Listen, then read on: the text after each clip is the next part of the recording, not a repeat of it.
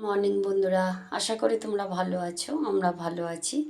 দেখো, আমি আজ তোমাদের দেবীর রান্নাঘর থেকে তোমাদের সামনে একটা ছোট্ট একটা রেসিপি নিয়ে এসেছি।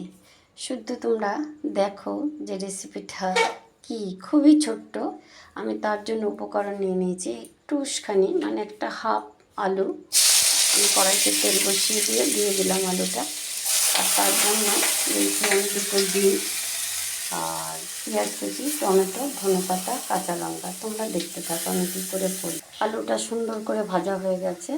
এর মধ্যে আমি দিয়ে দেবো পেঁয়াজ কুচি। এই মাঝারি সাইজের একটা পেঁয়াজ নিয়েছি, আমি দুটো ডিমের করব।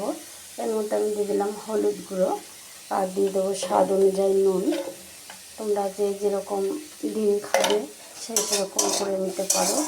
এটা সকালে টিফিন বা রাত্রিরে রুটির সাথে খুবই ভালো লাগে, গরম গরম খেতে খুবই ভালো লাগে। তারপর পেঁয়াজ আর আলুটা সুন্দর ভাজা হয়ে গেছে। এবার আমি একটা কাঁচা লঙ্কা চিরিয়ে এনেছি, আমি কাঁচা লঙ্কাটা দিয়ে দেবো, আর দিয়ে দেবো সাথে টমেটো। এবার আমি ধনে পাতা কেটে রেখেছি, ধনে পাতাটা দিয়ে দেবো। তোমরা ডিম ছাড়া এটা দিয়ে খুব ভালো গরম ভাত খেতে পারো, একদম খুব ভালো লাগে খেতে। এবার আমি ডিম দুটো ভেঙে দিয়ে দেবো। আমি দুটো ডিম ভেঙে দিয়ে দিয়েছি। এবার আমি পুরো মশলাটার সাথে আমি ভালো করে নেড়ে ভেজে নেব।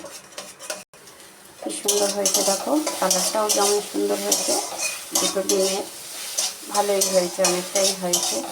তোমরা এরকম করে খেয়ে দেখো, এটা খুব ভালো লাগে খেতে। এটা ডিমের ঝুড়ি ভাজা বলে, তবে শুধু পেঁয়াজ আলু দিয়ে, শুধু পেঁয়াজ দিয়ে তো ঝুড়ি ভাজা সবাই করে খেয়েছো। এইভাবে করে খেয়ে দেখো। তাহলে আমি গ্যাস অফ করে দিচ্ছি। আজকে এই অবধি, আবার কালকে নতুন কিছু নিয়ে তোমাদের সামনে আসবো। তোমরা আমার চ্যানেলটাকে সাবস্ক্রাইব করো, লাইক করো, শেয়ার করো।